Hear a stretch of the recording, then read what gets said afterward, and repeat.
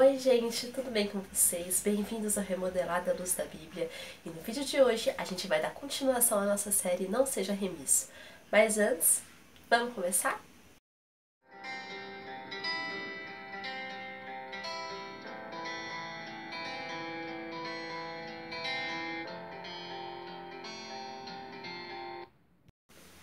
Bom, hoje a gente vai continuar conversando sobre a nossa série Não Seja Remisso e que realmente a gente venha crescer em conhecimento e principalmente amor e temor ao Senhor. E isso me lembra muito o próximo ponto que a gente vai entrar na nossa série, que é o versículo 24 e 25, né, de Mateus, capítulo 25. Chegando por fim o que receberam um talento, disse: Senhor, sabendo que és homem severo, que ceifas onde não semeaste e ajuntas onde não espalhaste, receoso, escondi na terra o teu talento. Aqui tens o que é teu. Esse ponto é conhecimento que não leva à prática. E isso é muito perigoso e acontece muito, infelizmente. Tem um tipo de conhecimento que é preocupante, que é o conhecimento que a gente pode conhecer muita coisa no teórico. A gente conhece tudo no teórico, no filosófico, mas a gente não leva aquilo para a nossa vida. Aquilo não faz a gente crescer em prática, em amor e temor ao Senhor. Mas aquilo traz estagnação, traz farisaísmo, infelizmente, traz religiosidade, e isso é tudo aquilo que a gente não quer. Nós precisamos ser pessoas que realmente conhecemos a Deus, né? Como a Bíblia diz, conheçamos e prossigamos em conhecer o Senhor. Mas que a gente possa usar todo esse conhecimento para a nossa prática, para a nossa vida diária.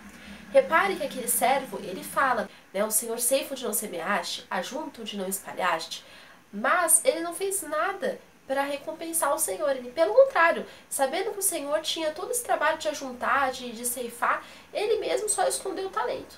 Então repare que ele não exerceu aquilo que o Senhor esperava dele. É o mesmo tipo de conhecimento que aquele servo imprudente tinha, esse conhecimento farisaico, que é um conhecimento que você conhece muito, mas aquilo não agrega nada à sua vida. Ou seja, a gente pode conhecer a Bíblia inteira, pode ler, reler, reler várias vezes, mas aquilo é como uma história que conhece muita letra, mas a vivência mesmo não tem fruto, não produz, sabe? Não é algo que, quanto mais eu conheço, mais eu me apaixono por Deus, mais eu pratico. É um conhecimento ruim, um conhecimento preocupante, onde a gente só conhece para querer julgar os outros. E isso é muito preocupante. Esse tipo de conhecimento, como eu falei, ele leva à estagnação também, porque você conhece muito, mas você não faz nada para aquele tipo de conhecimento. É como uma árvore. Imagina uma árvore bem grande, e essa árvore ela tem o solo apropriado para ela crescer, ela tem o adubo para ela crescer, né? O adubo que tem todos os nutrientes ali para ela crescer, ela tem um clima bacana, que é o clima que ela precisa para ela dar frutos, né? Então, ela tem aquele clima ideal, ela tem nutrientes, ela tem terra bacana, mas ela não dá fruto. Então, pensa assim, ela está ocupando um espaço, ela tem todos esses benefícios, né? Tudo aquilo que ela precisa para produzir, mas ela não produz. O que ela está fazendo? Ocupando espaço. Você está gastando ali recursos com ela à toa, né? Ou seja, é um peso morto. E ela não produz, então ela é morta também, ela é infrutífera. É isso que eu quero falar, esse exemplo que eu quero dar para esse conhecimento que eu não levo à prática. É como essa árvore, que ela não leva à produção. E o Senhor fala, né, que todo ramo que está nele e não produz, ele corta e lança fora, lança no fogo. A gente pode estar achando que está lá na videira, sendo que não está. Está lá conectado na árvore, mas não está. E como a gente faz para reconhecer isso? Olhando para as nossas obras. Se a gente está produzindo, está conhecendo e produzindo, isso é muito bom. É isso mesmo que o Senhor quer de nós. E Ele vai limpar, nos podar, para que nós venhamos produzir mais. Agora, se a gente percebe que a gente está lendo, mas a gente não tem correção, não tem mudança de vida, não tem frutos, não tem prática da palavra, já está morto. E o que a gente faz quando a pessoa, né, tá morta ali naquela situação? Ora pedindo ao Senhor arrependimento, ora pedindo ao Senhor realmente mudança de vida, para que realmente o Senhor venha ter misericórdia dela, se arrependa dos pecados e realmente volta para a videira.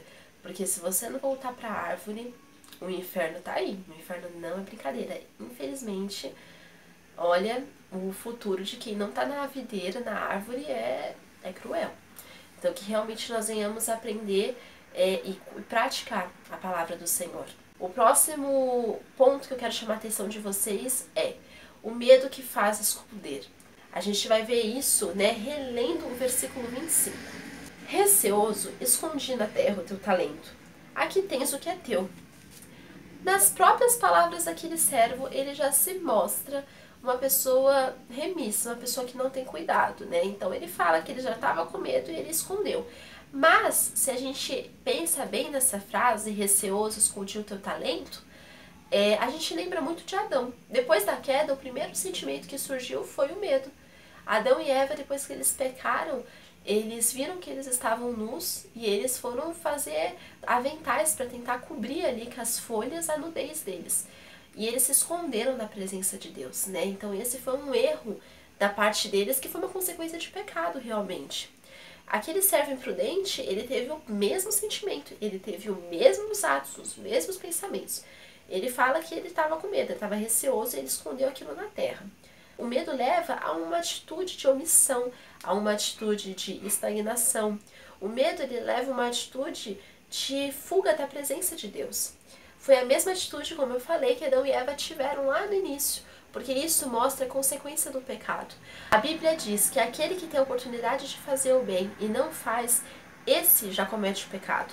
Ou seja, quando nós temos os nutrientes necessários, nós temos o solo necessário e nós temos o tempo, né, o clima necessário, que é o tempo que o Senhor deu aqui para nós na terra, e a gente não produz, a gente está sendo como aquela árvore, que só ocupa espaço, mas ela não produz. Então que realmente a gente venha orar e pedir para o Senhor esse desejo, essa vontade, essa paixão por agradar a Ele, e essa voluntariedade mesmo, para que a gente possa produzir. Outro ponto que eu quero chamar a atenção de vocês é sem esforço. E a gente viu isso no versículo 25, na leitura do verso 25, como o servo fala, né, que ele escondeu na terra, ou seja, ele não teve esforço, ele não quis trabalhar para multiplicar, ao contrário daqueles dois servos prudentes. Repare que aquele servo não roubou o seu senhor, ele apenas devolveu, escondeu e devolveu o que já era daquele senhor. Mas Deus quer ver em nós o esforço. Aqueles dois servos prudentes se esforçaram para obedecer e para multiplicar os talentos que o Senhor tinha dado para eles. Deus quer ver esse esforço em nós para agradarmos a Ele. A salvação, ela não é por esforço, ela é por graça. Mas enquanto nós estivermos aqui, nós também precisamos ter o esforço de ganhar almas para o Senhor.